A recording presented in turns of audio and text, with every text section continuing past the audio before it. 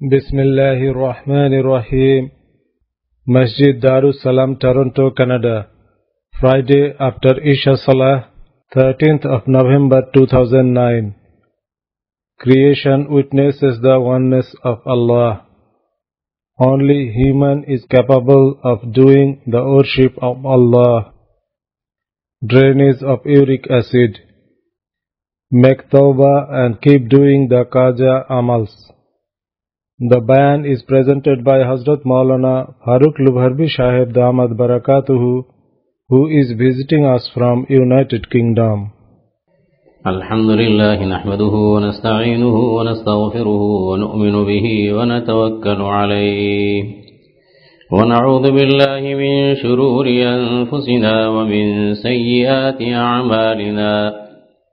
من يهده الله فلا مضل له ومن يضلله فلا هادي له ونشهد أن لا إله إلا الله وحده لا شريك له ونشهد أن سيدنا ونبينا ومولانا محمدا عبده ورسوله صلى الله تعالى عليه وعلى آله وأصحابه وبارك وسلم تسليما كثيرا. أما بعد فأعوذ بالله من الشيطان الرجيم. بسم الله الرحمن الرحيم. ففروا إلى الله. بزرگان محترم، حق تبارک و تعالی نے اس وسیع اور عریض کائنات میں حضرت انسان کو ایک مخصوص مقام اور مخصوص مرتبہ عطا فرمایا، عنایت فرمایا. حق تبارک و تعالی نے اس کائنات میں مختلف قسم، مختلف اقدار کی اور مختلف قدروں کی چیزوں کو پیدا کر کے اپنی معرفت کی کافی نشانیاں اور علامات پھیلا دی ہیں. حق تبارک و تعالی نے قرآن مجید کی 750 آیات میں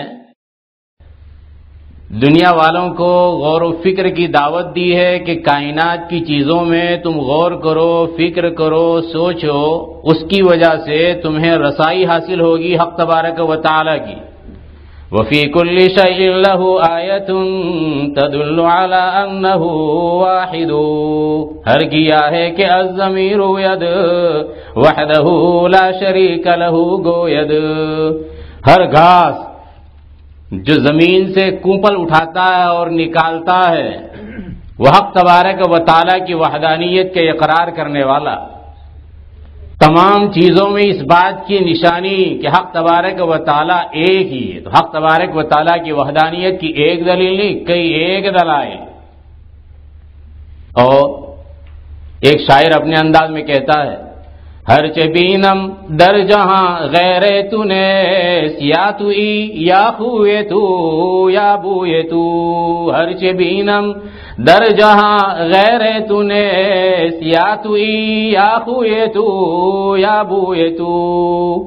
اس دنیا میں جہاں کہیں میں نظر اٹھاتا ہوں، دیکھتا ہوں، تو تیرے علاوہ کچھ نظر نہیں آتا. تیری خوبو تمام چیزوں میں نظر آتی ہے.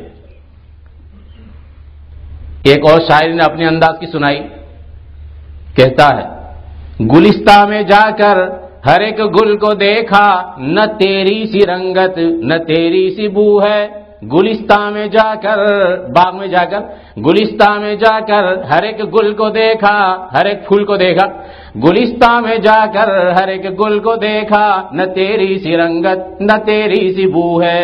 تو حضرت حکیم محمد رحمۃ اللہ علیہ کے ماموں فرماتے ہیں کہ وہ اندھا ہوگا شاید.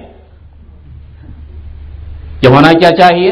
گلستہ میں جا کر ہر ایک گل کو دیکھا، تیری ہی سی رنگت تیری ہی سی بو ہے، تیری ہی سی رنگت تیری ہی سی بو ہے. گویا شاعر نے یہ نہیں دیکھا کہ تمام چیزوں میں حق تبارک و تعالیٰ کا جلوہ کار فرما ہے. حق تبارک و تعالیٰ کی وحدانیت جلوہ فگاں ہے، اور حق تبارک و تعالیٰ کی وحدانیت کا اعلان کر رہی ہے تمام چیزیں، وہ شاعر کو اندازہ نہیں ہوگا۔ شیخ الاسلام علامہ شبیر احمد عثمانی رحمۃ اللہ علیہ سے ایک انگریز نے سوال کیا تھا کہ یہ کیا بات ہے کہ تمہاری کتاب مقدس میں، قرآن مجید میں بار بار اس بات کی تلقین کی گئی کہ غور کرو، فکر کرو، دیکھو، گھوم پھر کر دیکھو کائنات میں، تو تم لوگ اتنا غور و فکر نہیں کرتے جتنا غور و فکر ہم کرتے ہیں، جتنی تحقیقات ہم کرتے ہیں اتنی تم نہیں کر پا رہے ہو۔ تو حضرت نے حکیمانہ انداز کا جواب دیا، بڑا نفیس۔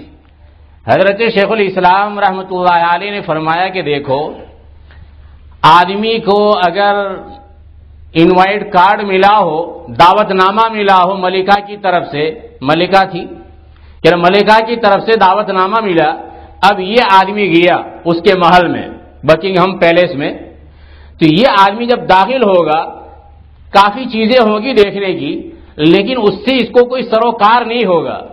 مقصود اس کے سامنے یہ ہے کہ رانی سے ملاقات ہو جائے، ملکہ سے ملاقات ہو جائے، وہ کوئین سے ملاقات ہو جائے، بس یہ چیز اس کے پیش نظر ہے۔ اور چیزوں پر نظر کر رہا ہے لیکن اس قدر گہری نظر نہیں ہے۔ کیوں؟ وہ مقصد پر نظر رکھے ہوئے ہے کہ ہمارے اور تمہارے درمیان فرق یہ ہے کہ ایک چور ہے، وہ داخل ہوتا ہے تو وہ دیکھتا ہے کہ کدھر سے داخل ہوا جا سکتا ہے، کیسے کسی چیز کو اٹھایا جا سکتا ہے، تو ایک چور کا دیکھنا ہے اور ایک اس آدمی کا دیکھنا ہے جس کو ملکہ نے دعوت دی ہو۔ بس اسی طریقے سے ہم مسلمان کائنات کی چیزوں کو دیکھتے ہیں لیکن انہماک اس میں نہیں ہوتا، ہماری نظر حق تبارک و تعالیٰ کی طرف ہوتی ہے کہ ان کائنات کو دیکھ کر حق تبارک و تعالیٰ تک ہم رسائی حاصل کریں۔ اور تمہارا اس کائنات کی چیزوں میں دیکھنا چور کا دیکھنا ہے، چور کا دیکھنا ہے کہ کہاں سے فائدہ حاصل کیا دنیا کا، بس اس کے بعد ختم۔ الغرض، حق تبارک و تعالی نے اس کائنات کی تمام چیزوں میں اپنی معرفت کی، اپنی پہچان کی، اپنی شناخت کی نشانی اور علامت رکھی ہوئی ہے۔ اب یہ انسان کا کام ہے کہ اس میں غور و فکر کر کے حق تبارک و تعالی کی رسائی حاصل کرے، لیکن اس میں بھی انسانوں کی عقلوں پر نہیں چھوڑا گیا، بلکہ خاص اپنے چیدہ بندوں کو، منتخب بندوں کو، اپنے چوزن بندوں کو حق تبارک و تعالیٰ نے بھیجا تاکہ وہ دنیا والوں کو حق تبارک و تعالیٰ تک پہنچنے کا راستہ بتائے۔ اب بڑے رمز شناس ہوتے ہیں وہ حضرات انبیاء کرام علیہم الصلوۃ والسلام، حق تبارک و تعالیٰ کے رمز کو انتہائی زیادہ سمجھنے والے، انتہائی عقیل فہیم۔ ایک مرتبہ مامون رشید چھوٹا بچہ تھا، 5 سال کا، پڑھ رہا تھا اپنے استاد کے پاس، امام کسائی رحمۃ اللہ علیہ کے پاس۔ امام کسائی رحمۃ اللہ علیہ کا انداز یہ تھا کہ سر جھکائے ہوئے ہیں اور مامون پڑھ رہا ہے، جہاں غلطی ہوتی تو صرف سر اٹھاتا اور اس سے وہ طالب علم مامون یہ سمجھ جاتا کہ کہیں رونگ ہوا ہے، کوئی غلطی ہو رہی ہے، وہ چوکنا ہو جاتا۔ ایک مرتبہ ایسا ہوا کہ یہ مامون جو ہے وہ کلام مجید پڑھ رہا تھا اور اس میں مضمون یہ چل رہا تھا کہ جو عہد و پیمان تم نے کیا ہو اس کو پورا کرو، اوفوا بالعہد ان العہد کان مسئولا۔ عہد کے بارے میں پوچھا جائے گا، حق تبارک و تعالیٰ کی یہاں کے فلاں کے ساتھ عہد و پیمان کیا تھا، ایگریمنٹ کیا تھا، اور اس کے تقاضے کو پورا کیوں نہیں کیا؟ امام کسائی سر جھکائے ہوئے تھے، سر اٹھایا۔ اب وہ طالب علم سوچ رہا ہے، مامون سوچ رہا ہے کہ ایسی تو کوئی غلطی گئی نہیں، اور اس کے باوجود یہ استاد نے سر اٹھایا، بس صرف اتنی سی بات ہوئی، پھر سر جھکا لیا۔ جب سبق ختم ہوا اپنے والد کے پاس گیا، ہارون رشید کے پاس، تو کہا ابا جان آپ نے کوئی عہد و پیمان کیا تھا استاد صاحب سے، امام کسائی سے آپ نے کوئی بات کی تھی، کوئی عہد و معاہدہ کیا تھا؟ ویسے تو مجھے کوئی یاد نہیں پڑتا، البتہ امام کسائی رحمۃ اللہ علیہ نے یہ کہا تھا کہ یہ جو قاری لوگ ہیں، جو اساتذہ ہیں، تو ان کی تنخواہ میں ویجز میں اضافہ کیا جائے، تو میں نے اس موقع پر کہا تھا کہ ہاں ضرور میں کروں گا، بس یہ بات ہے۔ تو کہا تم کو کیسے پتا چلا؟ تمہارے سامنے کوئی تذکرہ کیا؟ کہا نہیں، ان کا معمول یہ ہے کہ وہ سب اس وقت اٹھاتے ہیں جب کوئی غلطی جاتی ہے، اور میں نے جو آیت قرآن پڑھی تھی اس میں کوئی غلطی نہیں تھی، انہوں نے سر اٹھایا، اس سے میں نے سمجھا کہ ہو سکتا آپ کے ساتھ کوئی معاملہ ہوا ہو اور آپ کو متنبع کرنا چاہتے. ہارون رشید اتنا خوش ہو گیا مامون سے کہ اس کو انعام دیا، اکرام کیا اپنے بیٹے کا، 5 سالہ بیٹے کا، اور کہا کہ بڑا ہی ذہین ہے. یہاں مجھے تو کیا سمجھانا تھا، مامون رشید 5 سال کا لڑکا، لیکن وہ اپنے استاد کا اتنا مزاج شناس ہے اور اس کی ذہن رسا کا اور اس کے ذہن ثاقب کا یہ حال ہے کہ فوراً ادراک کر لیا اور معلوم کر لیا، اور اس نے یہ جان لیا کہ میرے استاد، ان کا کوئی معاملہ میرے والد صاحب کے ساتھ رکا ہوا ہے، کچھ گڑبڑ والا ہے، مختل ہے. فوراً وہ اپنے والد صاحب سے کہتا ہے. مامون رشید کی عقل فراست کو ایک طرف رکھو، انبیاء کرام علیہم الصلوۃ والسلام کی جو عقل اور جو فراست اور ان کا جو ذہن رسا ہوتا ہے، حق تبارک و تعالیٰ کی مرضیات کو جیسے وہ دیکھنے والے ہوتے ہیں، کائنات کا کوئی انسان اس طریقے کی عقل نہیں رکھ سکتا. ایسے بندوں کو حق تبارک و تعالیٰ نے اس دنیا میں دنیا والوں کی ہدایت کے لیے اور اپنی راستے تک معرفت کے لیے اور اپنی شناخت کے لیے، اپنی شناخت کے لیے دنیا کے اندر بھیجا. حضرات انبیاء کرام علیہم الصلوۃ والتسلیم نے آ کر دنیا والوں کو کیا سمجھایا؟ یہ سمجھایا کہ دیکھو، تمہارا یہ دار، تمہارا یہ عالم دار قرار نہیں ہے، ہمیشہ رہنے کا مکان نہیں ہے، اس کو تمہیں تجنا ہے، چھوڑنا ہے، اور اس کے بعد کسی اور عالم میں جانا ہے. ظاہری بات ہے قرآن مجید جو لفظ استعمال کرتا ہے عجیب و غریب انداز کا لفظ استعمال کرتا ہے.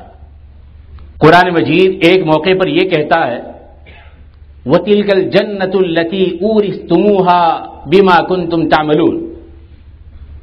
وَتِلْكَ الْجَنَّةُ الَّتِي أُورِثْتُمُوهَا، جب اہل جنت کو جنت میں داخل کر دیا جائے گا، اس کے بعد یہ بات کہی جائے گی کہ اس جنت کا تمہیں وارث بنایا گیا ہے، تمہارے اعمال کی وجہ سے وارث بنایا گیا ہے. کیوں؟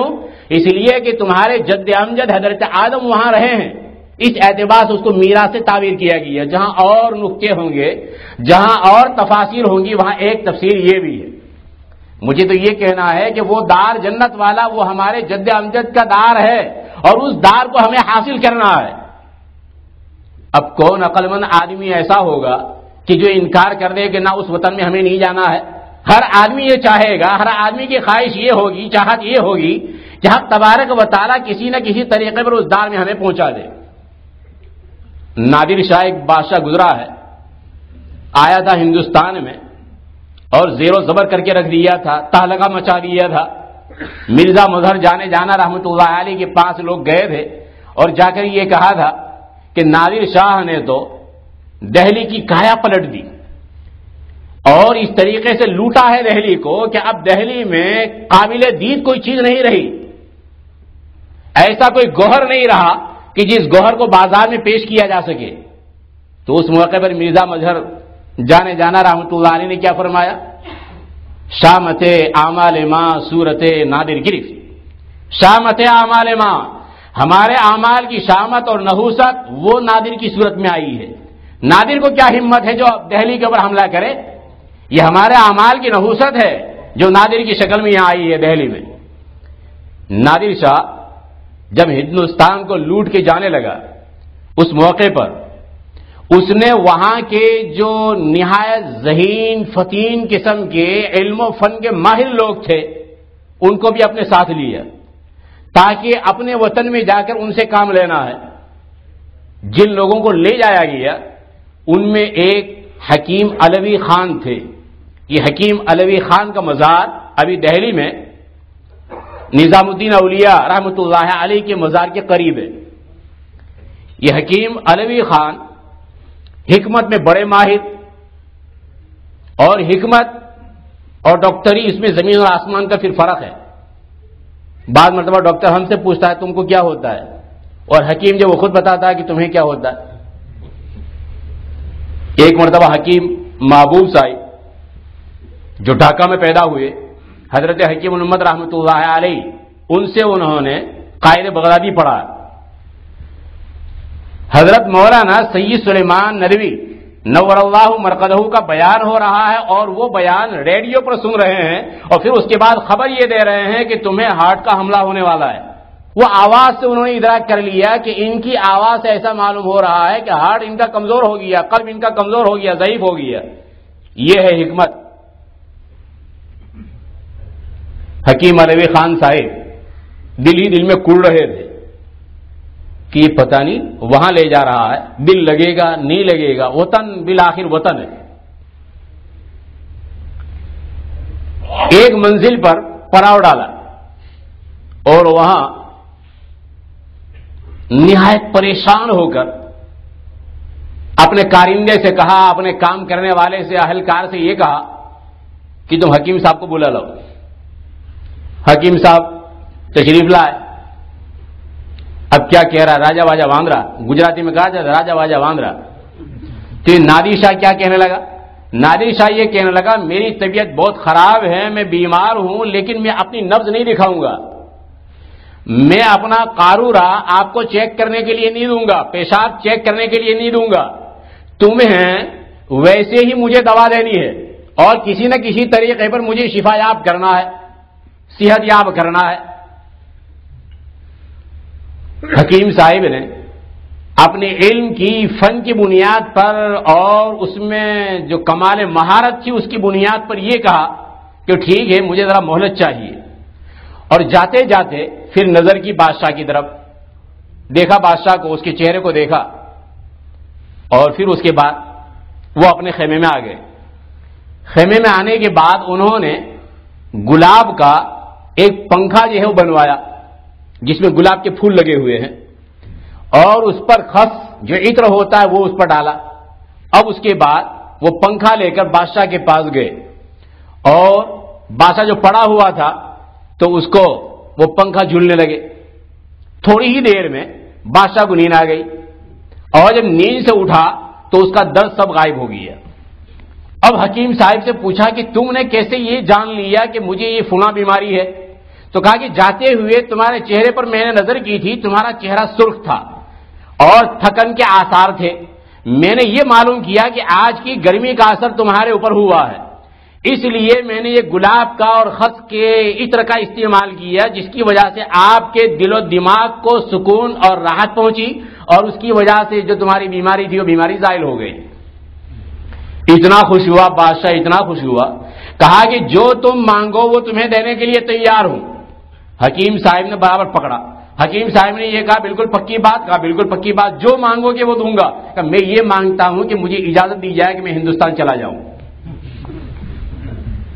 نادر شاہ بہرحال وہ ایفا عہد کرنے والا بادشاہ تھا تو اس نے کہا کہ ویسے تو جی نہیں چاہتا لیکن چونکہ میں اپنی بات میں بندھ چکا ہوں اس لیے آپ کو اجازت دیتا ہوں کہ آپ اپنے وطن جا سکتے ہیں. چنانچہ وہ ہندوستان آ گئے اور میں نے ابھی ذکر کیا کہ نظام الدین اولیاء رحمت اللہ علیہ کے مزار کے پاس ان کا مزار ہے. آپ سمجھ بھی رہے میں کیا سمجھانا چاہتا ہوں؟ وطن ہندوستان ہے اور جہاں لے جایا جا رہا تھا یہاں سے زیادہ ان کو عیش و آرام ملنے والا تھا.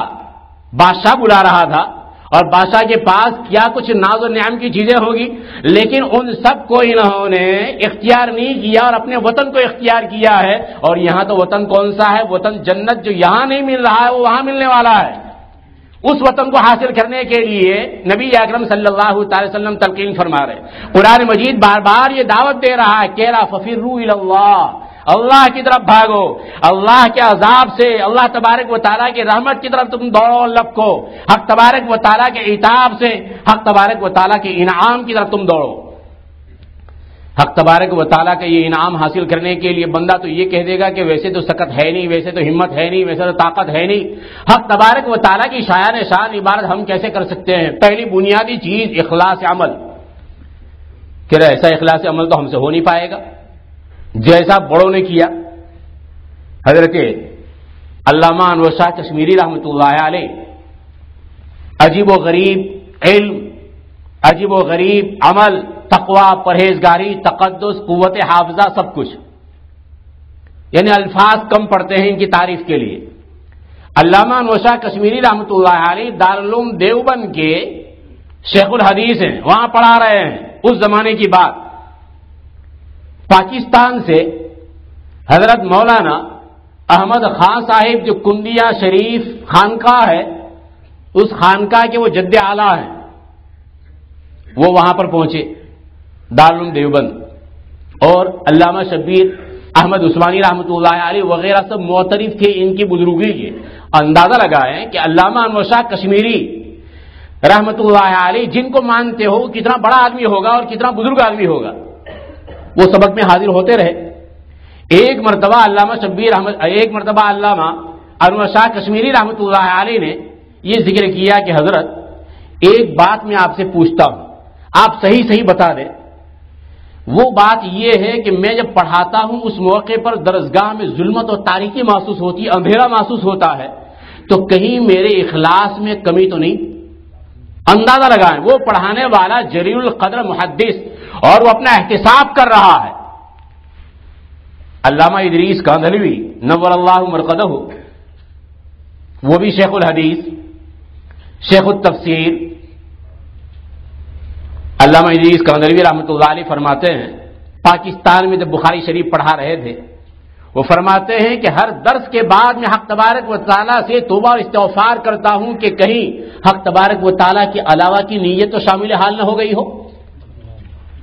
بخاری شریف کا سبق پڑھانے کے بعد توبہ اور استغفار کر رہے ہیں، ناز نہیں، اترانا نہیں، گھمنڈ نہیں، بلکہ وہ احتساب کر رہے ہیں اور حق تبارک و تعالیٰ سے معافی مانگ رہے ہیں. کہیں ایسا تو نہیں کہ طالب علم واہ واہ کرے کہ واہ خوب بڑھیا نکتہ بیان کیا، بہت اعلیٰ قسم کی بات بیان فرمائی، یا کہ اور سننے والا وہ اش کرنے لگے کہ علامہ کی تقریر تو کیا خوب تقریر تھی، تو کہہ رہے کہیں غیر اللہ کی آمدش اس میں آ گئی ہو اس لیے. اور یہ علامہ کا علم کیسا تھا؟ علامہ ادریس کاندھلوی کے علم کا حال یہ ہے کہ جب ایک مرتبہ انہوں نے گفتگو شروع کی کہ یہ کلام اللہ یہ مخلوق ہے یا غیر مخلوق، حق تبارک و تعالیٰ کی صفت جیسے غیر مخلوق ہے کہ حق تبارک و تعالیٰ نے اس کو اس انداز میں پیدا نہیں کیا جیسے ہمیں پیدا کیا کہ پہلے ہم نہیں تھے بعد میں ہم کو پیدا کیا، تو ایسے کلام اللہ یہ مخلوق کے غیر مخلوق. ایسی گفتگو کی جاندار، تابدار، آبدار کہ علامہ سید سلیمان ندوی نور اللہ مرقدہ فرمانے لگے کہ مجھے آج تک کسی کے علم کے چوری کرنے کا دل میں خیال پیدا نہیں ہوا.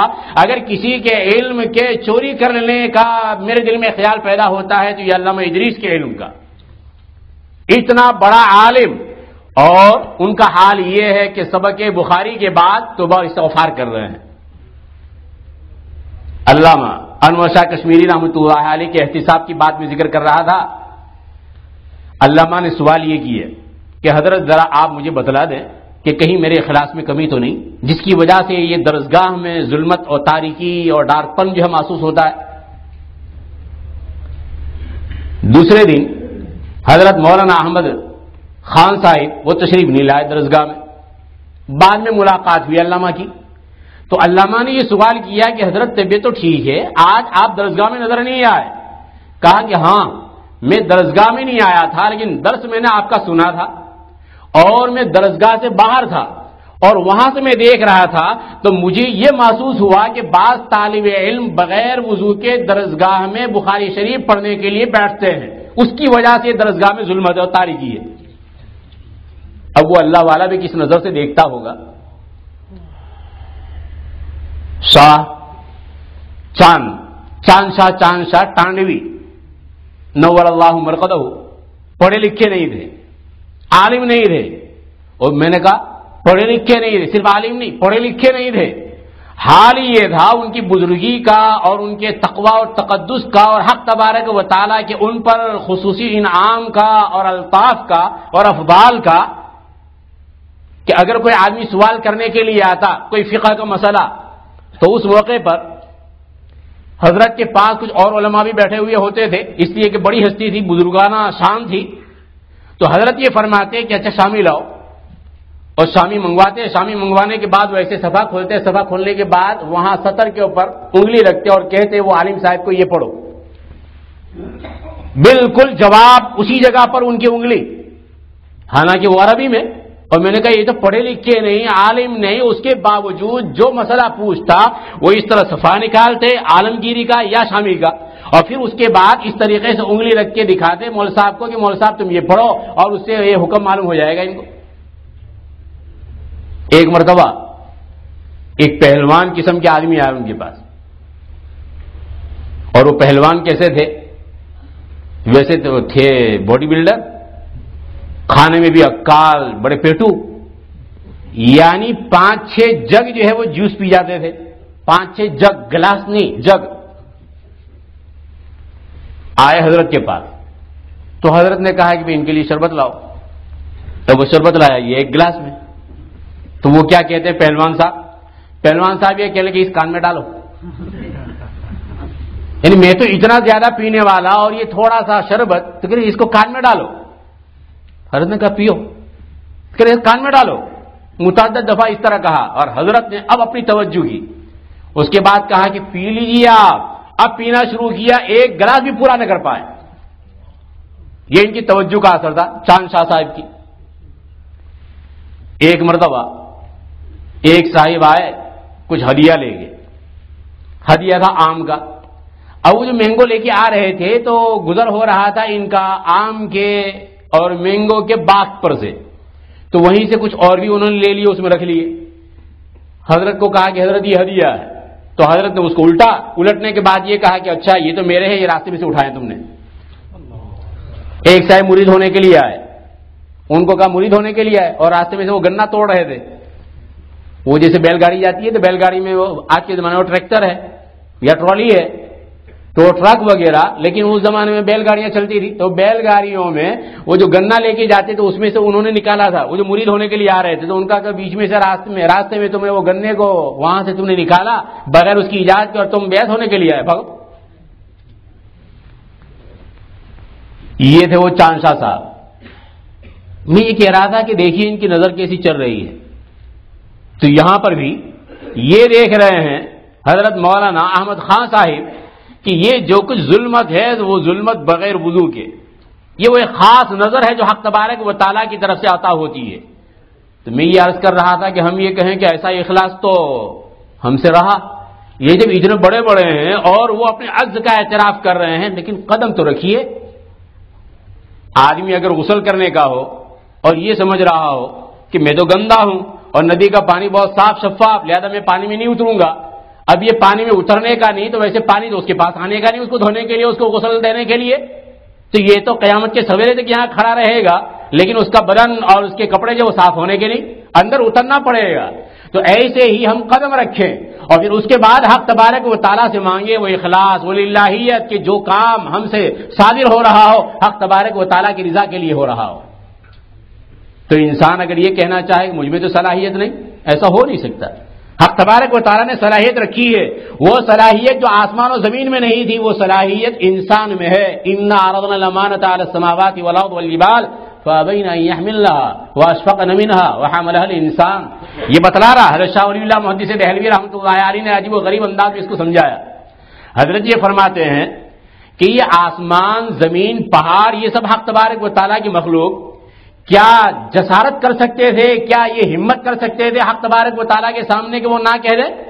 قرآن مجید بظاہر تو یہ کہہ رہا ہے کہ انہوں نے انکار کر دیا, ڈر گئے اس سے کہ نہیں یہ بار امانت اور یہ قرآن یا تکلیفی احکام یہ ہم نہیں اٹھا سکتے.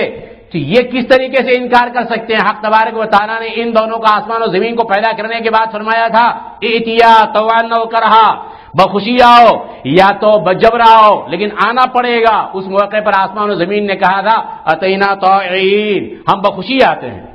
تو یہاں تو رضا معلوم ہو رہی ہے. پھر یہی آسمان و زمین وہ انکار کر دیں گے اس بار امانت کو اٹھانے سے, یہ کیسے ہو سکتا ہے؟ حضرت شاہ ولی اللہ محدث دہلوی رحمۃ اللہ علیہ فرماتے ہیں, اب ان کی بات سمجھنے سے پہلے میں دیہاتی انداز میں کچھ سمجھاتا ہوں تو اسے وہ سمجھنا آسان ہو جائے گا, بالکل گاؤں زبان میں. ایک ڈبہ سا ہوتا ہے ہم لوگوں کے پاس, اس میں اسکرو اور اس میں کچھ کیل وغیرہ ہوتی ہے. اب بعض مرتبہ اسکرو لگانے کی ضرورت پیش آتی ہے ہمیں, تو اسی میں سے ہم نکالتے ہیں اور اس میں سے نکال کے پھر ہم دیکھتے ہیں کہ یہ اس میں جائے گا کہ نہیں, تو کہ نہیں یہ سوراخ جو ہے وہ چھوٹا ہے اور یہ جو اسکرو ہے وہ بڑا ہے, لہذا یہ نہیں چلے گا. پھر وہ دوسرا اسکرو نکالتا ہے, اب اس کے بعد دیکھا نا یہ سوراخ جو ہے وہ بڑا ہے یہ چھوٹا ہے, یہ بھی نہیں چلے گا. کوئی اور اسکرو نکالتا ہے، ہاں اب یہ فٹ ہو جائے گا۔ حق تبارک و تعالی انسان کی عظمت کو، اہمیت کو اور اس میں جو صلاحیت ہے اس کو سمجھانا چاہتے ہیں، اور حق تبارک و تعالی یہ فرماتے ہیں کہ ایک طرف آسمان، زمین، پہاڑ، اب وہ اسکرو والا مسئلہ کہ دیکھا کہ ایک طرف یہ امانت ہے، یہ امانت اور یہ آسمان و زمین اور پہاڑ، نہیں یہ میچنگ نہیں ہو رہی ہے، آسمان کے ساتھ میچنگ نہیں ہوئی، پہاڑ کے ساتھ میچنگ نہیں ہوئی، زمین کے ساتھ میچنگ نہیں ہوئی، انسان کے ساتھ میچنگ ہو گئی۔ اسی کو حق تبارک و تعالیٰ یہاں بیان فرما رہے ہیں۔ وہ جو ایبا اور انکار ہے، اس انکار کا معنی اور مطلب یہ ہے کہ صلاحیت نہیں ہے اس میں، اور بالکل صلاحیت نہیں ہے، کیونکہ زبردستی ہم اس کو چڑھا دیں اسکرو کو، کہنا ایسا بھی نہیں ہو سکتا۔ اسی کو کہا واشفقن منہا، تو واشفقن منہا اس میں حق تبارک و تعالیٰ یہ بتلا رہے ذرہ برابر ان میں مناسبت نہیں تھی، اور مناسبت اگر ہے اور صلاحیت اگر ہے تو یہ انسان میں ہے۔ اس حقیقت کو حق تبارک و تعالیٰ اس آیت قرآن میں ذکر فرما رہے ہیں۔ تو بہرحال میں یہ عرض کر رہا ہوں کہ اگر کوئی انسان نہ کہے کہ مجھ میں یہ صلاحیت نہیں ہے، ہو نہیں سکتا، قرآن یہ کہہ رہا ہے کہ انسان میں یہ صلاحیت موجود ہے حق تبارک و تعالیٰ کے تکلیفی احکام کو لینے کی، اور اس میں سبھی احکام آ گئے ہیں، تو سبھی احکام کو وہ اٹھائے گا، لے گا اور حق تبارک و تعالیٰ کی رضا کے راستے کو پائے گا۔ رہا یہ کہ یہ دنیا، ہاں دنیا تو ہے، لیکن دنیا کی حقیقت بھی ہم نے سمجھا دی ہے۔ بزرگوں کا ایک انداز ہے اپنا، بزرگوں کی ایک جماعت یہ کہتی ہے کہ دنیا کی طرف نظر نہ کرو، دنیا کی طرف نظر نہ کرو، کہیں ایسا نہ ہو کہ دنیا تمہارے دل و دماغ میں بیٹھ جائے اور تم اس کی طرف چل پڑو۔ حضرت حکیم الامت رحمۃ اللہ علیہ فرماتے ہیں میں یہ کہتا ہوں دنیا دیکھو اور خوب دیکھو تاکہ اس کی بے ثباتی معلوم ہو، تاکہ یہ معلوم ہو کہ اس کو ثبات نہیں، اس کو قرار نہیں، کل وہ کسی اور کے پاس تھی، آج ہمارے پاس ہے، ہم مریں گے کسی اور کے پاس جائے گی۔ تو یہ دنیا کیا ہے؟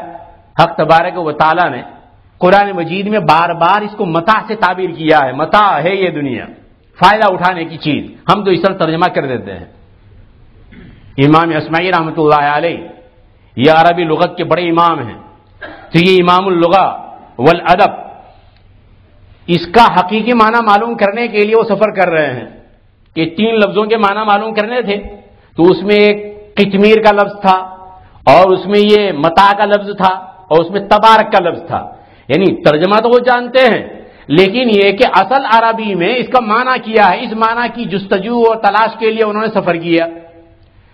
اب ٹفن لے کے وہ گئے تو ایک جگہ انہوں نے پڑاؤ ڈالا، ایک درخت کے نیچے وہ بیٹھے، سامنے جو ہے خیمہ ہے ایک بدو کا اور ایک دیہاتی کا، جو گاؤں قسم کا عرب تھا تو اس کا خیمہ تھا وہاں۔ حضرت یہاں بیٹھے، انہوں نے دیکھا ایک کتا آیا، اور اس کتے کے پاؤں اور سینہ جو ہے اس پر جو کلر تھا تو وہ سنہری، اور باقی جو اس کا کلر ہے وہ ایک انداز کا ہے، یعنی وہ سیاہ ہے۔ دیکھتے رہے، یہ کتا اندر گیا خیمے میں، اور وہاں جانے کے بعد جو توا ہوتا ہے جس پر روٹی پکائی جاتی ہے تو وہاں ایک کپڑا ہوتا ہے جسے توے کو صاف کیا جاتا ہے۔ آج کل تو بخیلی کا زمانہ ہے، باقی پہلے انڈیا میں اس طرح ہوتا تھا کہ وہ مٹی کا توا ہوتا تھا، اور اس میں وہ جوار کی روٹی پکتی تھی تو اس میں آٹا بھی کافی لگ جاتا تھا، تو وہ آٹا وہاں بھی زیادہ لگتا اور جو کپڑا ہوتا اس پر بھی زیادہ لگتا تھا۔ اور میں نے کہا آج کا زمانہ تو بخیلی کا زمانہ ہے، وہ ایک گیہوں کی روٹی ہے، پھر وہ اس کا آٹا جو لگنے کا سوال نہیں پیدا ہوتا، بالکل صاف شفاف زمانہ ہے۔ خیر، تو وہاں توے کے پاس جو کپڑا تھا، چونکہ اس میں آٹا لگا ہوا ہوگا، کچھ خوشبو بھی اس کی آتی ہے، اس وجہ سے وہ کتے نے وہاں سے اس کپڑے کو لیا، اور لینے کے بعد وہ گیا اور ایک چھوٹی سی پہاڑی کے اوپر وہ بیٹھ گیا، لیکن اس انداز سے بیٹھا کہ اگر کوئی لکڑی لے کے آیا تو فوراً اٹھ کے بھاگ سکے۔ ایک جگہ آرام سے بیٹھا ہوا ہو، 2-4 ڈنڈے اوپر واقع ہو جائے پھر اس کے بعد بھاگے، لیکن اس انداز سے نہیں، اس حیثیت سے نہیں، بلکہ اس کے بیٹھنے کا انداز یہ تھا کہ اگر اس کو بھگایا جائے تو فوری طور پر وہ بھاگ سکے۔ اب ایک عورت آئی تو خیمے میں سے بچہ نکلا، اور بچہ نکل کر اپنی ماں کو یہ رپورٹ دے رہا ہے، وہ اس کی ماں تھی تو ماں کو یہ رپورٹ دے رہا ہے، جعل قطمیر واخذ المتاع وتبارک الجبل۔ امام اسمعی رحمۃ اللہ علیہ کی طبیعت پھڑک گئی کہ 3 لفظوں کے معنی معلوم کرنے تھے، اور ابھی تو ہم تھوڑا ہی چلے ہیں اور ایک ہی منزل کے اندر میں 3 لفظوں کے معنی معلوم ہو گئے، اور ایک چھوٹے سے بچے سے معلوم ہو گئے. کہا جال قطمیر، وہ قطمیر جو مخصوص رنگ والا کتا ہے وہ آیا. واخذ المتاع، اور وہ صافی، عربی میں اس کو، اردو میں اس کو کہا جاتا ہے صافی. تو وہ صافی کو اس نے لیا، وہ جو چیتھڑا ہوتا ہے، وہ چیتھڑا توے کے صاف کرنے کا، تو وہ چیتھڑا اس نے لیا. وہ تبارک الجبل، اور پہاڑ کے اوپر وہ بیٹھا ہے، لیکن اس حیثیت سے بیٹھا ہے کہ اگر اس کو اٹھایا جائے تو فوری طور پر بھاگ سکے. حق تبارک و تعالیٰ نے تبارک الذی بیدہ الملک، وہاں جو تبارک استعمال کیا ہے تو ہم ترجمہ کرتے بابرکت کا، اور اصل معنی کے اعتبار سے اب یہ معنی بنا کہ حق تبارک و تعالیٰ بالکل مستعد ہے، بالکل تیار ہے. اگر کوئی حق تبارک و تعالیٰ کے حکم کے خلاف ورزی کرتا فوری طور پر وہ کارروائی کر سکتے ہیں، فوری طور پر. ان ربک لبالمرصاد، لیکن واملی لہم ان کیدی متین، میں ڈھیل دیتا ہوں. حق تبارک و تعالیٰ فرماتے میں ڈھیل دیتا ہوں اور میری پکڑ بڑی مضبوط ہے، جب پکڑ میں آ جائے گا اس کے بعد یہ بھاگ نہیں سکے گا. تو حق تبارک و تعالیٰ کا مواخذہ انتہائی شدید مواخذہ. گناہ کرنے والا گناہ کرتا ہے، لیکن یہ بھی سوچنا چاہیے کہ وہاں انڈیا میں، اب تو انڈیا ہی کی مثالیں چلے گی، یہاں تو عجیب و غریب باغ و بہار ہے. تو انڈیا میں چھوٹے بچے جو ہیں وہ گڑ کے شوقین ہوتے ہیں، گڑ کھانے کے. اب گڑ کھایا بعض مرتبہ تو امی کو بتاتا نہیں، چھپ چھپا کے وہ کھاتا ہے. لیکن جب گرمی کا موسم آتا ہے تو پتہ چلتا ہے کتنا گڑ کھایا تھا. وہ گڑ کا اثر فوری طور پر ظاہر نہیں ہوتا ہے، جب گرمی کا زمانہ آتا ہے تو اس موقع میں پھوڑے پھنسیوں سے پتہ چلتا ہے. تو دیکھیے گڑ کھایا تھا سردی کے زمانے میں، ٹھنڈی کے زمانے میں، جاڑے کے زمانے میں، لیکن اثر کب ظاہر ہو رہا ہے؟ وہ سمر میں ظاہر ہو رہا ہے، گرمی میں ظاہر ہو رہا ہے. بس اسی طریقے سے گناہ کا اثر فوری طور پر ہمیں محسوس نہیں ہوگا، ایک وقت آئے گا اس کے بعد اس گناہ کا اثر ظاہر ہوگا. فرعون ایک روایت کے اعتبار سے 400 سال تک حق تبارک و تعالیٰ کی نافرمانی کرتا رہا اور انا ربکم الاعلی کا دعویٰ، میں سب سے بڑا پروردگار، الہ نہیں کہا. اور حق تبارک و تعالیٰ کی عجیب و غریب شان ہے، حق تبارک و تعالیٰ کی عجیب و غریب شان.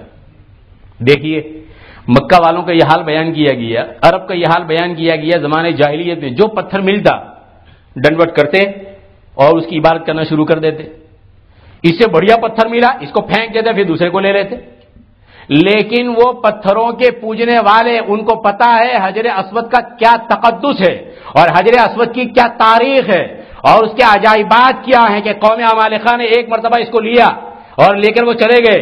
مکہ والے پھر اس پیچھے پیچھے گئے اور مکہ والوں نے یہ کہا کہ جو کچھ تم مانگو گے وہ دینے کے لیے ہم تیار، لیکن وہ پتھر ہمارے حوالے کر دیا جائے. انہوں نے جان بوجھ کر دوسرے پتھروں کے ساتھ ملا دیا اور کہا کوئی پہچان، کوئی علامت، کوئی نشانی. اب علماء سے معلوم کیا تو اس زمانے کے علماء نے یہ کہا کہ سب پتھروں کو آگ میں رکھ دیا جائے، جو جلے گا نہیں تو سمجھ لو کہ یہ حجر اسود ہے. چنانچہ آگ میں ڈالا گیا اور وہ جوں کا تو، پھر اس کے بعد اس کو لے آئے. تو مکہ والوں کو یہ چیز معلوم ہے، لیکن اس کے باوجود انہوں نے آج تک اور نہ قیامت تک، کہ وہاں تک آپ علیہ الصلوۃ والسلام کے زمانے تک انہوں نے حجر اسود کی کبھی عبادت نہیں کی. حق تبارک و تعالیٰ نے حفاظت کی اور قیامت تک کے لیے اس کی حفاظت ہوگی کہ حجر اسود باوجود اس قدر تقدس کے اور کفار مکہ اور مشرکین مکہ کے اس قدر گرویدہ ہونے کے پتھروں کے، ایسے خارق عادت پتھر کی عبادت انہوں نے نہیں کی. یہ حق تبارک و تعالیٰ کی حفاظت.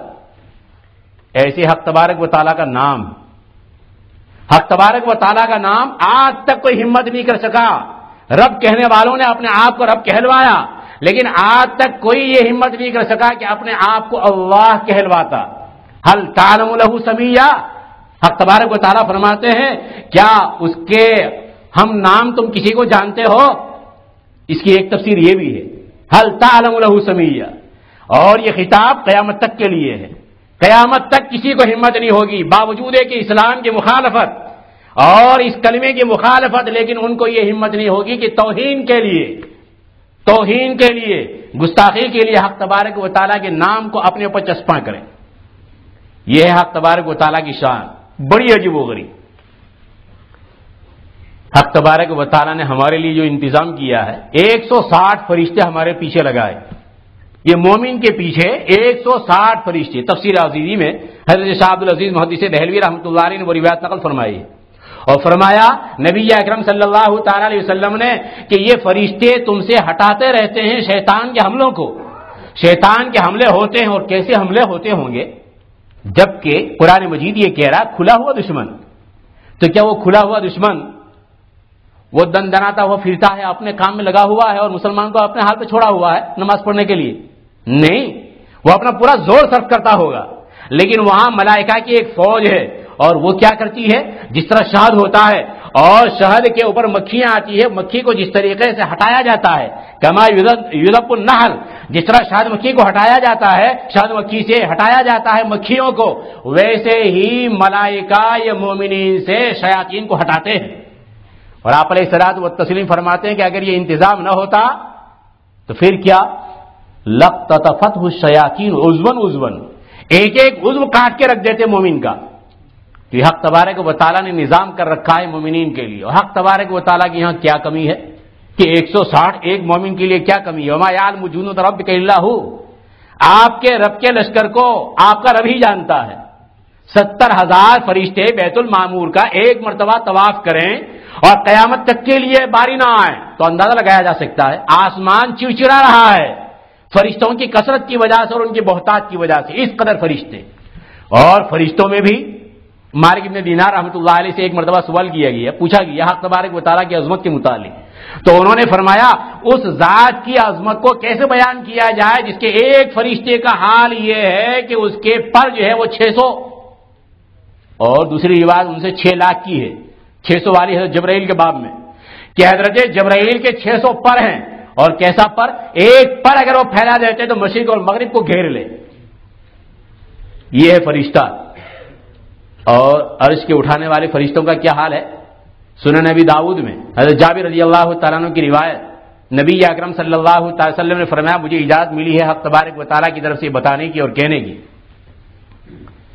آپ علیہ الصلوۃ والتسلیم فرماتے ہیں، اور روایت سند کے اعتبار سے بالکل صحیح ہے، پیور، بالکل 100% والی ہے. آپ علیہ الصلوۃ والتسلیم یہ فرماتے ہیں کہ اس فرشتے کے جو عرش کے اٹھانے والے ہیں، یہ جو کان کی لو ہے، یہ کان کی لو، اس کان کی لو سے لے کر یہ جو شانے کا حصہ ہے اس میں 700 سال کی مسافت. وہ فرشتہ کتنا بڑا ہوگا؟ کان کی لو سے لے کر صرف یہ شانے تک کا حصہ، وہ 700 سال کی مسافت.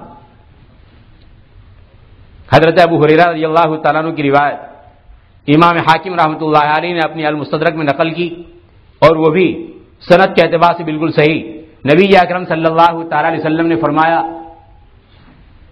مجھے اس کی اجازت ملی، جس طرح وہاں اجازت کا قول آپ علیہ الصلوۃ والسلام نے ذکر کیا، اس روایت میں بھی مجھے اس بات کی اجازت ملی کہ میں یہ ذکر کروں کہ حق تبارک و تعالیٰ نے ایک مرغ کو پیدا کیا ہے جس کے قدم زمین کے اوپر ہے، جس کے قدم زمین کے اوپر، اور اس کی گردن وہ جھکی ہوئی ہے حق تبارک و تعالیٰ کے عرش کے سامنے. دنیا والے یہ کہیں کہ ہمیں تو کچھ نظر نہیں آتا، ہم تو پوری دنیا میں گھوم چکے ہیں، کافی چیزیں ابھی نظر نہیں آئی ہے، کافی گھومے ہیں، کافی چیزیں ابھی نظر نہیں آئی ہے، اور جس کو ڈھونڈ رہے ہیں وہ بھی نظر نہیں آتا ہے. اتنا باریک باریک مشین ہے، لیکن اس کے باوجود جن کی تلاش ہے تو وہ نظر نہیں آ رہے ہیں. تو دنیا کی ٹیکنالوجی یہ نہیں ہے کہ اس کے نتیجے میں ہم نے پوری کائنات کو اپنی جیب میں کر لیا ہے، نہیں، ابھی کافی دیکھنا باقی ہے. اور جہاں حق تبارک و تعالیٰ نے پردہ لگا رکھا ہے وہ چیزیں نظر نہیں آئے گی. جب تک حق تبارک و تعالیٰ چاہیں گے وہاں تک نظر نہیں آئے گی. یہ سد ذوالقرنین کے باب میں، یاجوج ماجوج کہاں ہے اس کے باب میں، دجال کہاں ہے وہاں. تو ان سب چیزوں پر اللہ تبارک و تعالیٰ نے پردہ ڈال رکھا ہے. ایسے ہی یہ مرغ اگر ہمیں نظر نہ آتا ہو، لیکن نبی اکرم صلی اللہ تعالی وسلم کا قول ہے، اور ما ينطق عن الهوى ان هو الا وحی یوحى.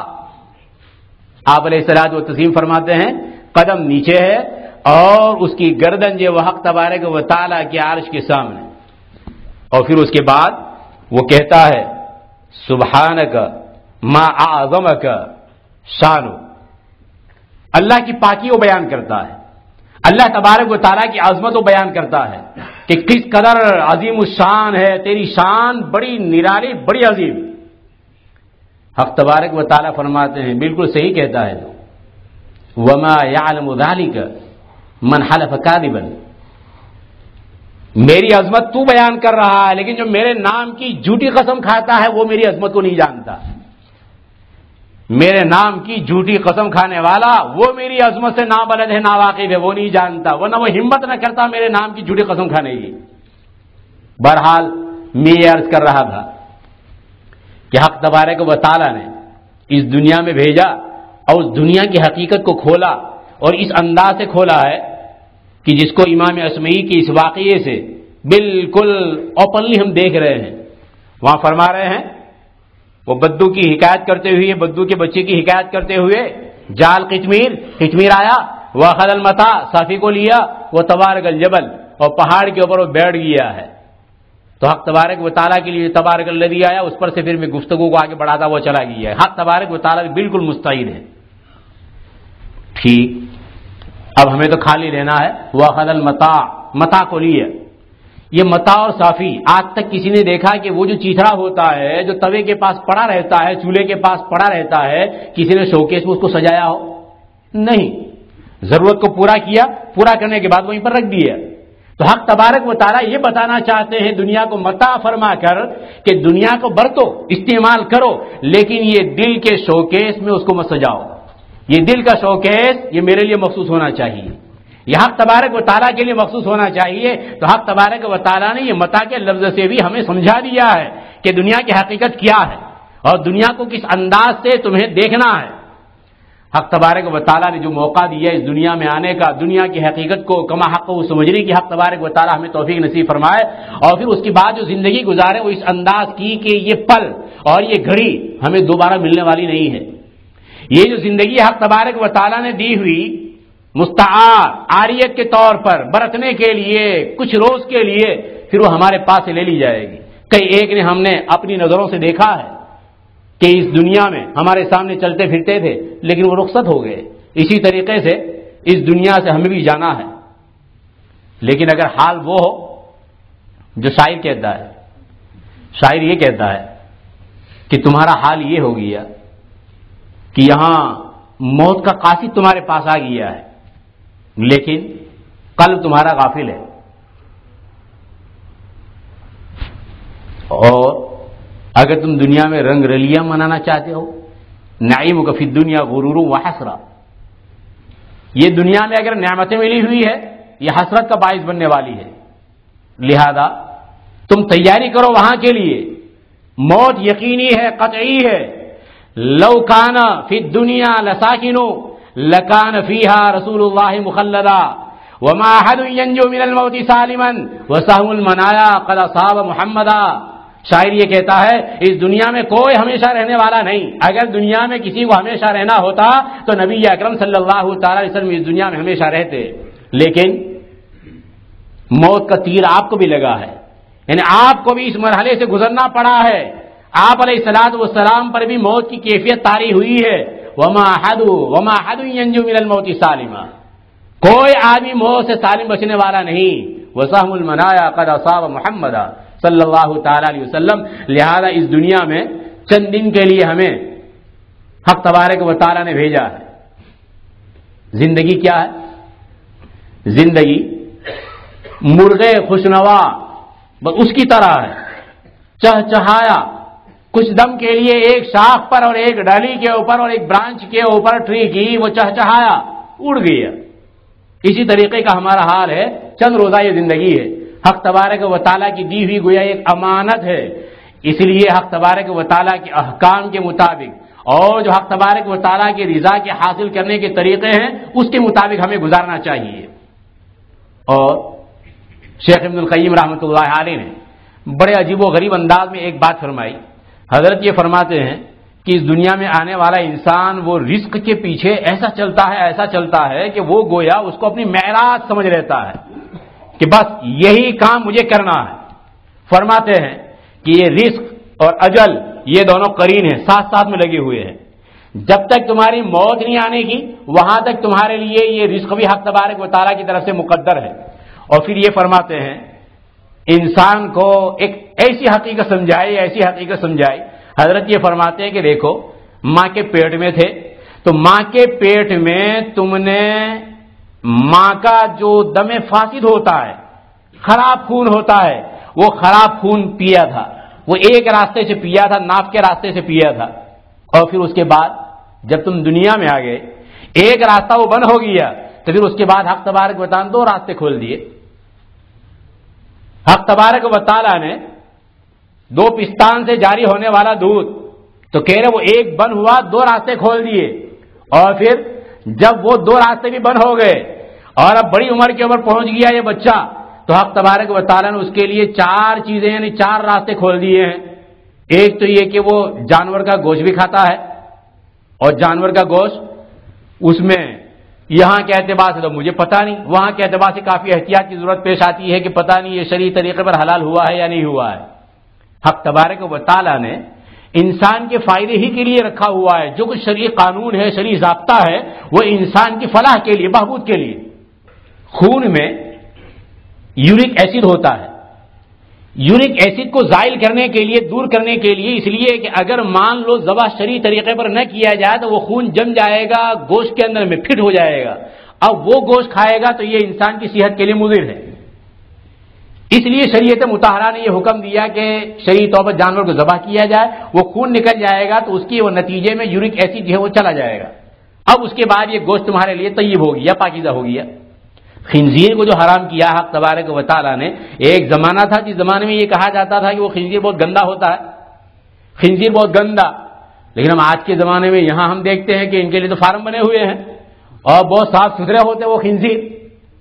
پھر حق تبارک و تعالیٰ نے کیوں حرام کیا؟ تو وہ وجہ یہاں چلنے والی نہیں ہے، یہ وجہ ہماری انسان کی نکالی ہوئی ہے۔ سیدھی سی بات یہ کہ حق تبارک و تعالیٰ نے حرام فرمایا، بس ختم، خلاص ہو گئی ہے۔ اور ویسے اگر نکالنا ہو تو ابھی جو سائنس کہتی ہے وہ سائنس یہ کہتی ہے، لیکن یہ سائنس کا کہنا بالکل آخری فیصلہ نہیں ہوتا، یہ صرف ہمارے اطمینان کے لیے ہوتا ہے، ورنہ سائنس کی تحقیقات بدلتی رہتی ہے۔ سائنس کی تحقیق یہ ہے کہ انسان کے، ہر انسان کے بدن کے اندر میں یہ یورک ایسڈ ہوتا ہے، وہ نکل جاتا ہے اس کے پیشاب کے ذریعے سے، چاہے انسان ہو اور چاہے جانور ہو۔ کتنا نکل جاتا ہے؟ 90% جو ہے وہ نکل جاتا ہے، یہ 90% جو ہے وہ نکل گیا یورک ایسڈ، جس کے نتیجے میں انسان صحیح سالم کھڑا ہے، چل رہا پھر رہا ہے۔ خنزیر کا حال یہ ہے کہ اس کا گردہ وہ نکالتا نہیں ہے، صرف 2% ہی نکالتا ہے۔ یورک ایسڈ 90 وہاں نکل رہا ہے عام جانوروں میں اور اسی طرح انسانوں میں، لیکن خنزیر میں صرف 2% ہی جو ہے وہ نکلتا ہے، اور باقی پورا کا پورا اس کے بدن ہی میں رہتا ہے۔ اب اس کا گوشت اگر انسان کھائے گا تو یہ اس کے لیے مضر صحت ہے، صحت کو نقصان دینے والا ہے۔ اس اعتبار سے حق تبارک و تعالیٰ نے خنزیر کے گوشت کو حرام فرمایا۔ بہرحال میں یہ عرض کر رہا تھا کہ حق تبارک و تعالیٰ نے ایک راستہ تو یہ کھولا کہ وہ جانوروں کا گوشت کھا رہا ہے، اور دوسری طرف وہ نباتات بھی کھا رہا ہے، یہ سبزیاں بھی کھا رہا ہے، اور پھر اس کے بعد حق تبارک و تعالیٰ نے مشروبات میں ایک تو دودھ رکھا ہوا ہے، اور پھر اس کے بعد حق تبارک و تعالیٰ نے پینے کے لیے پانی رکھا ہوا ہے، اور پھر اس میں مشروبات میں تو پتہ نہیں اور بھی کچھ اضافے ہو گئے، کافی اضافے ہو گئے۔ تو پینے کی چیزیں وہ بھی کافی ہو گئی، وہ تو شیخ ابن القیم رحمۃ اللہ علیہ فرما رہے تھے وہ 4 چیزیں کہ وہ 4 راستے کھلے۔ اب فرماتے ہیں حضرت کہ اگر انسان مرے گا اور حق تبارک و تعالیٰ کی رضا کے طریقے کو اختیار کر کے اس نے زندگی گزاری ہوگی تو یہ 4 راستے بھی بند ہو جائیں گے، اب 8 راستے کھل جائیں گے، جنت کے 8 دروازے اس کے لیے کھل جائیں گے۔ بہرحال حق تبارک و تعالیٰ نے ہمیں بہترین موقع فراہم کیا ہے، اور ہمیں اپنی اس زندگی کی قدر کر لینا چاہیے۔ اب تک جو کوتاہیاں ہوئی حق تبارک و تعالیٰ سے صدق دل سے معافی مانگ لیں۔ التائب من الذنب کمن لا ذنب له، وہ پورا کا پورا معاف۔ بھائی آپ لوگ معافی مانگے گی یا نہیں حق تبارک و تعالیٰ سے؟ دیکھو پاس نہیں ہو رہے ہیں، پاس نہیں ہو رہے بھائی۔ میں یوں کہہ رہا ہوں کہ معافی مانگیں گے انشاءاللہ، ابھی مانگ لو، ابھی مانگ لو، یہ نہیں کہ مانگیں گے بلکہ اسی وقت میں تہیہ کر لیں، اور اس کے لیے باقاعدہ ہاتھ اٹھانے کی بھی ضرورت نہیں ہے۔ آدمی اپنے گناہ پر ندامت اگر کرتا ہے تو یہی ہے التوبۃ والندم، یہی ہے توبہ۔ تو سچے دل سے آدمی یہ خیال کرے کہ میرے جتنے گناہ ہوئے ہیں اور جتنی نافرمانیاں ہوئی ہے صدق دل سے میں معافی مانگتا ہوں، حق تبارک و تعالیٰ ضرور معاف فرما دیں گے۔ اور ابھی جو جوتے پہنیں گے تو یہ ایسے جیسے بچہ جس طرح معصوم ہوتا ہے تو ایسے ہی ہم لوگ بھی معصوم ہو جائیں گے، بالکل بے گناہ. اور ایک چیز کا پھر لحاظ کرنا پڑے گا، جس کا حق دبا رکھا ہے وہ حق ادا کرنا پڑے گا. اگر حق تبارک و تعالیٰ کا حق دبا رکھا ہے، زکات دینے کی تھی باقی رہ گئی ہے، وہ زکات تو دینی پڑے گی، وہ اس سے معاف نہیں ہوگی. رمضان کے روزے اگر باقی رہ گئے وہ قضا کرنے پڑیں گے. نمازیں اگر قضا ہو گئی ہے تو پھر یہ نمازوں کو قضا کرنا پڑے گا. یہ کام بھی کر لیں کہ نہیں ہماری تو بہت سالوں کی باقی ہے، بہت سالوں کی باقی ہے. اس کا علاج بھی اب سن لیجئے. خلف ابن ہشام ایک جلیل القدر عالم گزرے ہیں، اور میں 5 منٹ کے اندر اندر جو ہے ختم کر دوں گا انشاءاللہ العزیز، تاکہ آپ لوگ پریشان نہ ہو. ٹائم میں نے اس لیے دے دیا. خلف ابن ہشام رحمۃ اللہ علیہ وہ ایک مذہب کے اعتبار سے کچھ ایک مشروب ہوتا ہے، وہ نبیذ ہوتا ہے خاص قسم کا، یعنی یہ کھجور جو ہے پانی میں ڈالا جاتا ہے اور پھر اس کے بعد اس کو پکایا جاتا ہے. تو ایسا ہم پی سکتے ہیں کہ نہیں پی سکتے، بعض ایسے ہیں کہ جن کو پکایا نہیں جاتا ہے، ایسا کچھ وہ علماء جانتے ہیں وہ مسئلہ. تو ایسا نبیذ جو ہے وہ کوفہ والوں کے یہاں جائز، ایسا نبیذ انہوں نے استعمال کیا تھا. اور اب جب انہیں یہ پتا چلا کہ نہیں یہ نبیذ نہیں پی سکتے، 40 سال کی نمازوں کی انہوں نے قضا کی. 40 سال کی نمازوں کی. ہم میں سے کون ہے جن کی 40 سالوں کی نماز، اور مان لو تھوڑی دیر کے لیے 40 نہیں 70 سال کی یا 70 سے بھی زیادہ سال کی. تو ایک علاج بتلاتا ہوں جو علماء نے بیان فرمایا. وہ یہ فرماتے ہیں کہ اگر ایک نماز کے وقت میں ایک نماز کی قضا کر لی، اور ایسے کرتے کرتے مان لو کہ 70 سال تھے 80 سال تھے اور تمہارے 4-5 سال ہی کی ابھی تو قضا ہوئی تھی کہ حق تبارک و تعالیٰ کی طرف سے موت آ گئی، حق تبارک و تعالیٰ سے یہ امید ہے کہ حق تبارک و تعالیٰ اس پر مواخذہ نہیں کریں گے. جس کی ہمت ہو وہ تو زیادہ پڑھے، لیکن اگر مان لو ہمت نہ ہو تو ایک نماز کے وقت میں ایک نماز کی قضا اس طریقے سے کرنا شروع کر دے. حق تبارک و تعالیٰ عمل کی توفیق مرحمت فرمائے. آمین وآخر دعوانا الحمدللہ رب العالمین. بسم الله الرحمن الرحيم. اللهم صل على سيدنا ومولانا محمد وعلى آل سيدنا ومولانا محمد وبارك وسلم. ربنا آتنا في الدنيا حسنة وفي الآخرة حسنة وقنا عذاب النار. ربنا فاغفر لنا ذنوبنا وكفر عنا سيئاتنا وتوفنا مع الأبرار. ربنا وآتنا ما وعدتنا على رسولك ولا تخزنا يوم القيامة إنك لا تخلف الميعاد. يا الله يا الله يا الله يا ذا الجلال والإكرام يا أرحم الراحمين ويا أكرم الأكرمين ويا غياث المستغيثين. یا اللہ ہم سب کے گناہوں کو معاف فرما، ہمارے صغائر کبیرہ سب گناہوں کو معاف فرما. یا اللہ جن لوگوں نے اس مجلس میں اپنے قلبی توبہ کی ہے اللہ ان سب کی توبہ کو قبول فرمائیے، اور آئندہ یا اللہ نیک اعمال کرنے کی توفیق نصیب فرمائیے، برائیوں سے بد اعمالیوں سے ہماری حفاظت فرمائیے. یا اللہ جتنے حقوق آپ کے باقی ہیں یا اللہ ان کا ادا کرنے کی توفیق نصیب فرما، جو بندے کے حقوق ہے یا اللہ ان کو بھی ادا کرنے کی توفیق نصیب فرما. مولا ادا کرتے کرتے اگر آپ کی بارگاہ میں آنے کا وقت آ جائے تو ہمیں معاف فرما دیجیے. یا اللہ ہمارا مواخذہ نہ فرمائیے، یا اللہ ہمارا مواخذہ نہ فرمائیے، یا اللہ ہمارا مواخذہ نہ فرمائیے. مولا کریم دنیا سے بہتر آخرت کا ٹھکانہ ہمیں نصیب فرمائیے، دنیا سے بہتر آخرت کی نعمتیں ہمیں نصیب فرمائیے. مولا ہمارے عزیز اقربا سب کی مغفرت فرمائیے، ہمارے اساتذہ کی مغفرت فرمائیے. اللہ ان کو اپنے شان بدلہ نصیب فرمائیے، رہتی زندگی تک ہمارے دین کی خدمت کے ساتھ وابستہ رکھیے. یا اللہ جو کچھ ہو رہا ہے ماذا اپنے فضل و کرم سے ہو رہا ہے، ہم کچھ کر رہے ہیں یا اللہ آپ کی سعادت مندی سے کر رہے ہیں. مولا کریم ہمارا کوئی سفر نہیں ہے. مولا کریم جو کچھ ہو رہا ہے آپ کی توفیق سے ہو رہا ہے، قبول فرمائیے. اخلاص میں جو کچھ کمی ہو رہی ہے مولا اسے معاف فرمائیے. اپنی شان ہمارے عمل کو بنا کر قبول فرمائیے اور اپنی رضا کا ذریعہ بنائیے. یا اللہ اپنے وقت پر ایمان پر خاتمہ فرمائیے. ربنا تقبل منا انك انت السميع العليم وتب علينا انك انت التواب الرحيم. صلى الله تعالى على خير خلقه سيدنا محمد وآله واصحابه اجمعين برحمتك يا ارحم الراحمين.